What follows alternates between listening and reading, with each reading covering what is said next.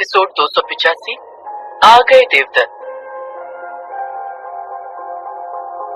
विकी और तारा को जैसे ही ध्रुव का लिखा हुआ वो मैसेज मिला और जैसे ही वो ट्रांसलेट हुआ, जो सामने आया वो हैरान करने वाला था। उसका साफ मतलब था कि ध्रुव को पहले से पता था कि खतरा आने वाला है, इसलिए उसने इन्हें सावधान करने की कोशिश की थी और साथ ही में ये भी बताया था कि वो नीले मोती की तलाश में जा रहा है। लेकिन उस वक्त लोग इतना हड़बड़ा गए थे कि दीवार पर लिखे हुए इस मैसेज को नहीं देख पाए और ना ही समय पर सावधान हो पाए। खैर, अब जो हो गया था सो तो हो गया था, उसके लिए तो कुछ नहीं कर सकते थे। विकी ने पूछा, अब हमें क्या करना चाहिए? तारा बोली, देखो, जैसा कि इस मैसेज में लिखा हुआ है, ध्रुव यानी कि देवदत्त नीले मोती की तलाश में गए हैं, तो इसका साफ मतलब है कि वो लौटेंगे। उन्हें पता है कि आज वशीकरण है, वो लौट आएंगे। हमें सावधान रहने की जरूरत है और वो सावधानी सिर्फ इसलिए होनी चाहिए कि हमें टारगेट बनाकर देवदत्त यानी कि ध्रुव, मतलब बहुत कंफ्यूजन है बोलने में, लेकिन ध्रुव को कोई ब्लैकमेल ना करे, क्योंकि अगर वो आएगा और वो अपना काम करेगा तो हो सकता है कि हम ही दोनों को नुकसान पहुंचाकर उसे मजबूर किया जाए, उसे रोकने की कोशिश की जाए। मुझे लगता है हम लोगों को अपनी सुरक्षा पर ध्यान देना होगा ताकि ध्रुव मजबूर ना हो। एक बात बताओ, हम बहुत सही वक्त पर उस कोठरी से आजाद हो गए हैं। अगर हम उस कोठरी में फंसे हुए होते तो मैं पक्के तौर पर कह सकती हूँ कि हमारे बदले ध्रुव को मजबूर किया जाता। विकी बोला, चलो कम से कम छलावा ने कुछ तो अच्छा किया, भले ही उसमें उसका अपना स्वार्थ था, लेकिन हमारे रास्ते से उसने एक मुसीबत तो हटाई। इन दोनों की बात सुनकर जुल्मी जो कुछ समझ रहा था उसने कहा, तो चलो फिर हम ठकुराइन को बता देते हैं। अरे बड़ी मालकिन को भी तो पता होना चाहिए ये सब। तारा ने तुरंत उसे रोकते हुए कहा, नहीं जुल्मी, ये बेवकूफी मत करना, ये बात अपने मुंह से किसी के भी सामने मत निकालना। उस दिन भी ठकुराइन हमारे सामने थी, शायद इसलिए तो वो हमसे मिलकर नहीं गया, वो चुपचाप निकल गया था और इतना सब तमाशा खड़ा हो गया। ध्रुव पहले से जानता था कि ये बातें अगर किसी को भी पता चली तो सब कुछ बर्बाद हो जाएगा। हाँ, लेकिन हमें एक चीज जरूर करनी है, हमें पुजारी जी से बात करनी है। उन्हें सारी सच्चाई बतानी होगी, सुमेर और आदिनाथ की सच्चाई। लेकिन याद रखना, उनके सामने भी ध्रुव की सच्चाई अभी बाहर नहीं आनी चाहिए। तारा की बात पर विकी बोला, लेकिन मुझे तो ये समझ में नहीं आता कि इतना सब कुछ हो गया और पुजारी जी कहीं नहीं दिखे। आखिर पुजारी जी हैं कहाँ? समझ गया, वो जरूर अभी पैसे कमाने में लगे होंगे। तारा ने पूछा, पैसे? कैसे पैसे?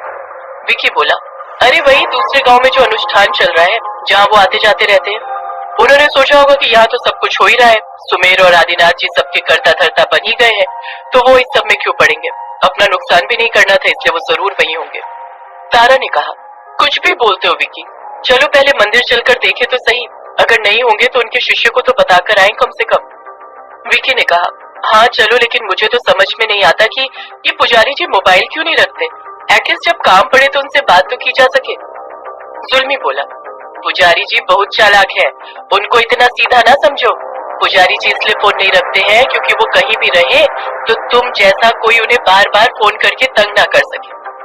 तारा विकी और जुल्मी पर चिढ़ती हुई बोली, तुम लोगों को कोई काम नहीं है क्या? मतलब सारा टेंशन कम हुआ है ये सुनकर कि ध्रुव सब कुछ देख रहा है, यहाँ नहीं होकर भी यहीं कहीं है, तो तुम लोग तो मतलब किसी इंसान को पकड़कर उसकी बुराई करने लगे। पुजारी जी ने तुम लोगों का क्या बिगाड़ा है? वो उनकी जिंदगी है, वो फोन रखे ना रखे। ये लोग मंदिर पहुंच चुके थे और मंदिर में उन्होंने देखा कि वहाँ कोई नहीं था। पुजारी जी का तो उन्हें लगा था कि वो शायद बगल के गांव में अनुष्ठान के लिए गए हैं, लेकिन उनके शिष्य भी वहाँ नहीं थे। हैरानी की बात थी कि ऐसा कैसे हो सकता था। जब भी पुजारी जी नहीं होते थे तो उनके शिष्य हमेशा यहाँ मौजूद होते थे, यहाँ का सारा काम देखने के लिए। उन लोगों ने देखा कि वहाँ गांव के कुछ लोग पूजा पाठ करके जा रहे थे। विकी ने पूछा, भैया यहाँ कोई नहीं है क्या? और पुजारी जी कहाँ है, कोई खबर है? उस गांव वाले ने कहा, नहीं, हम नहीं जानते, बल्कि अभी तो हम ही मंदिर में आकर पूजा अर्चना कर रहे हैं। समझ नहीं आ रहा कि कहाँ चले गए दोनों पुजारी जी। हमें तो लगा था शायद वशीकरण वाली चीजों में लगे हुए हैं। उनकी बात सुनकर विकी सोच में पड़ गया। उसने तारा की तरफ देखा और उसे आंखों से शांत रहने के लिए कहा और गांव वालों से बोली, हाँ हाँ आप सही कह रहे हैं, लेकिन हमें लगा कि शायद मंदिर की तरफ आए होंगे, हम देख लेंगे कहाँ है।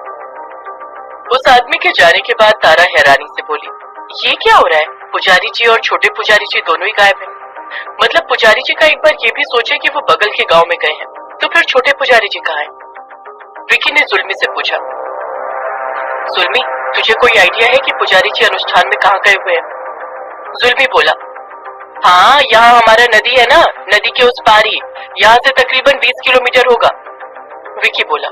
ठीक है, फिर हम एक काम करते हैं, तारा तुम घर जाओ, क्या पता ध्रुव आ जाए या कोई भी बात हो तो हम में से किसी एक का वहां रहना जरूरी है। मैं और जुल्मी वहां जाकर देखते हैं जहाँ पुजारी जी अनुष्ठान कर रहे हैं। मुझे कुछ ठीक नहीं लग रहा। तारा ने हाँ में सिर हिलाया और घर के लिए निकल गई। गांव पहुंचते ही तारा घर की तरफ चली गई और जुल्मी और विक्की के घर की तरफ बढ़ गए ताकि किसी से मोटरसाइकिल या कोई जीप लेकर उस गांव के लिए निकल जाए।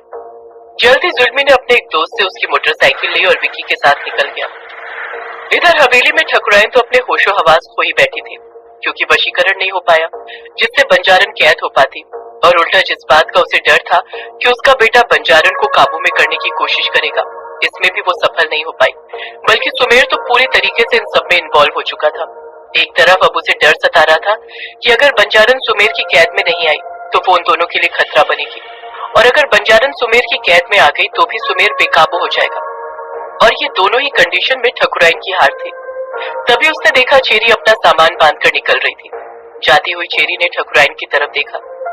ठकुराइन ने कहा, भाग रही हो डर कर, बहुत बड़ी बड़ी बातें कर रही थी, अब क्या हुआ? अब तुम्हें तुम्हारी माँ को नहीं बचाना? चेरी मुस्कुरा कर बोली, आंटी, आपके बेटे को आपकी कदर हो ना हो, मुझे और मेरे भाई को हमारी माँ की बहुत फिक्र है। आप टेंशन मत लीजिए, हम हमारी माँ को कुछ नहीं होने देंगे, फिर उसके लिए चाहे हमें किसी के बेटे की जान ही क्यों ना लेनी पड़े। वशीकरण तो वैसे भी नहीं हो रहा है, तो हमें रोकना है सिर्फ आपका बेटा जो तमाशा कर रहा है उसे, और उसे कैसे रोकना है ये भी मैं जान गई हूँ। इतना कहती हुई चेरी बड़े बड़े कदमों से वहां से निकल गई। ठकुराइन बस जाती हुई चेरी को लाचारी से देखती रही। वो चुपचाप उठकर सज्जन सिंह के कमरे की तरफ बढ़ गई। सज्जन सिंह के कमरे में पहुंचकर ठकुराइन ने देखा कि हमेशा की तरह सज्जन सिंह अपने बेड पर लेटा हुआ ऊपर छत की तरफ देख रहा था।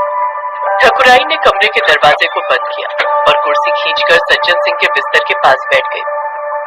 ठकुराइन सज्जन सिंह की तरफ देखकर बोली, मैं मानती हूँ मैंने बहुत गलतियां की, मैंने झूठ बोलकर तुमसे शादी की, सब कुछ मैं मानती हूँ। मैंने हमेशा से सुमेर को अपने जैसा बनाना चाहा, लेकिन तुम कभी नहीं चाहते थे कि सुमेर मेरी तरह हो और उसमें मेरा 1% अंश भी आए, क्योंकि तुम हमेशा से इन काली दुनिया से दूर रहना चाहते थे। मेरे जाने के बाद भी शायद तुमने हर वो कोशिश की होगी जिससे सुमेर मेरी तरह ना बने, लेकिन सुमेर की नियति तुम नहीं बदल पाए, और आज मुझे इस बात से परेशानी हो रही है कि सुमेर मेरी तरह नहीं बल्कि मुझसे भी कई कदम आगे बढ़ चुका है। ठकुराइन देख सकती थी कि सज्जन सिंह की आंखों में आंसू भरे हुए हैं।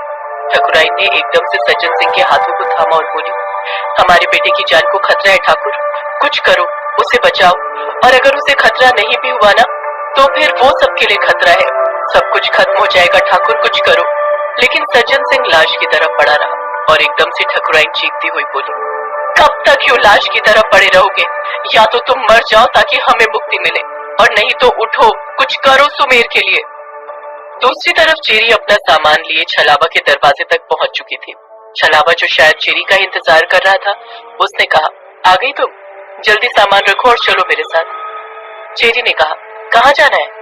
छलावा बोला, शाम होने को आ गई है, हमें पहले से जाकर उस खंडहर में छुपना होगा, वरना हम फिर वहां नहीं जा पाएंगे।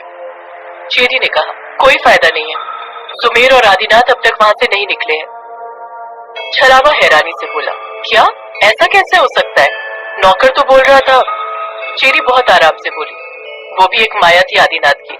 आदिनाथ को हम जितना समझ रहे थे वो उससे कई गुना ज्यादा शक्तिशाली है। आदिनाथ बहुत शक्तिशाली है, माया रचने में वो बड़े से बड़े लोगों को मात दे सकता है। हमें सोच समझकर अपने कदम आगे बढ़ाने होंगे।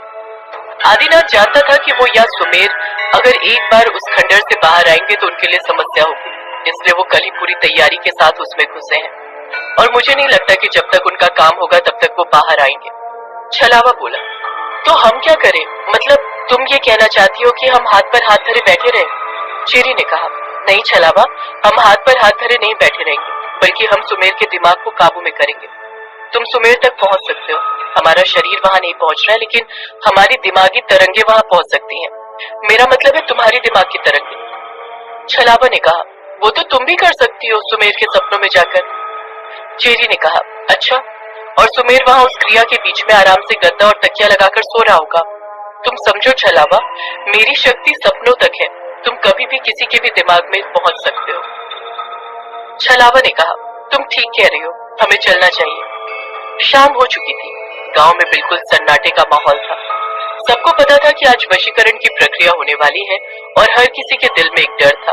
तो वहीं कुछ नौजवान जिनको इन चीजों पर भी अब तक पूरी तरीके से यकीन नहीं था, उन्हें ऐसा लगता था कि एक बार पहले भी वशीकरण का नाटक हुआ था और कुछ नहीं हुआ, तो अब क्या होगा। वो लोग इन चीजों का मजाक बना रहे थे। पिछली बार जब पहली बार वशीकरण हुआ था, उस वक्त कुछ बुजुर्ग जिन्होंने अपनी आंखों से सब कुछ देखा था, वो सहमे हुए थे। एक ही गांव में कई तरह का माहौल था, लेकिन हर कोई अपने अपने घरों में ही बंद था। छलावा और चेरी वशीकरण खंडहर की तरफ बढ़ते जा रहे थे। वशीकरण घर के पास पहुंचकर छलावा ने अपनी आंखें बंद की और सुमेर तक पहुंचने की कोशिश करने लगा। जल्द ही छलावा सुमेर तक पहुंचने में कामयाब भी हो चुका था और उसने देखा कि सुमेर वशीकरण कक्ष से बाहर की तरफ अपने कदम बढ़ा रहा है। जैसे ही सुमेर बरामदे की सीढ़ी उतरने को हुआ, उसे जोर से झटका लगा और वो वापस उसके भीतर जाकर गिर गया। ऐसा लगा जैसे उसे जोर का झटका लगा हो। सुमेर ने चारों तरफ देखा और बोला, ये क्या था? आदिनाथ बोला, ये उस बंजारन के बच्चों की चाल है तुम्हें यहाँ से बाहर निकालने की और हमारी क्रिया को रोकने की। सुमेर, अपने दिमाग को शांत करो और मन को मजबूत बनाओ, वो तुम तक नहीं पहुंच सकते। सुमेर को अपनी भूल का एहसास हुआ और वो वापस जाकर आदिनाथ के सामने बैठ गया। आदिनाथ ने कहा, 24 घंटे बस होने वाले हैं, हमारी क्रिया आरंभ होने वाली है। सुमेर, जाओ, जितनी भी खिड़कियां हैं सब खोल दो, हर एक मार्ग खोल दो जिससे कि वो बंजारन आसानी से हमारी तरफ खींचे आए। सुमेर उठा और उसने तुरंत उस कक्ष की सारी खिड़कियों को खोल दिया और फिर आकर बैठ गया। आदिनाथ ने उस चक्र के बीच में पड़े उस मरे हुए चमगादड़ के ऊपर से वो कपड़ा हटाया तो उसने देखा कि जिस मोती की माला को उसने खून में डुबाकर उस चमगादड़ को पहनाई थी, वो बिल्कुल राख में तब्दील हो चुके थे। ये देखकर आदिनाथ के होठों पर मुस्कुराहट आ गई। आदिनाथ ने उस राख को समेटा और उस राख से अपने और सुमेर के सिर पर तिलक लगाते हुए कहा, कुछ देर की बात है, फिर वो बंजारन हमारी कैद में होगी, हमारी पालतू चमगादड़ के रूप में। आदिनाथ ने एक मानव खोपड़ी में आग लगाई और उसे उस चमगादड़ के बगल में रख दिया और फिर अलग अलग चीजों से आहुति देने की तैयारी करने लगा। सारी तैयारियां होने के बाद आदिनाथ ने सुमेर का हाथ पकड़ा और सुमेर से बोला, सुमेर, कुछ भी हो जाए, न मंत्र रोकना न हाथ छोड़ना, फिर चाहे भूचाल ही क्यों ना हो जाए। सुमेर ने हाँ में सिर हिलाया और आदिनाथ के साथ मिलकर अजीबोगरीब मंत्र का उच्चारण करने लगा। दोनों ही हर बार उस मानव खोपड़ी में आहुतियां देने लगे। कुछ ही देर में वहां चारों तरफ हजारों जानवरों के रोने की और चिल्लाने की आवाजें आने लगी। वो आवाज इतनी तेज थी कि लग रहा था जैसे कानों से खून आने लगेगा। सुमेर को महसूस हो रहा था जैसे सारी खिड़की दरवाजे हिल रहे हैं। कुछ ही देर में वहां जमीन हिलने का अनुभव होने लगा था। ऐसा लग रहा था जैसे यहाँ सब कुछ गिरने वाला है। सुमेर ने कसकर आदिनाथ का हाथ पकड़े रखा और पूरे जोर शोर से मंत्रों का उच्चारण करने लगा। इन क्रियाओं को करते हुए करीब आधी रात होने को आ गई थी और सुमेर ने देखा कि उस चमका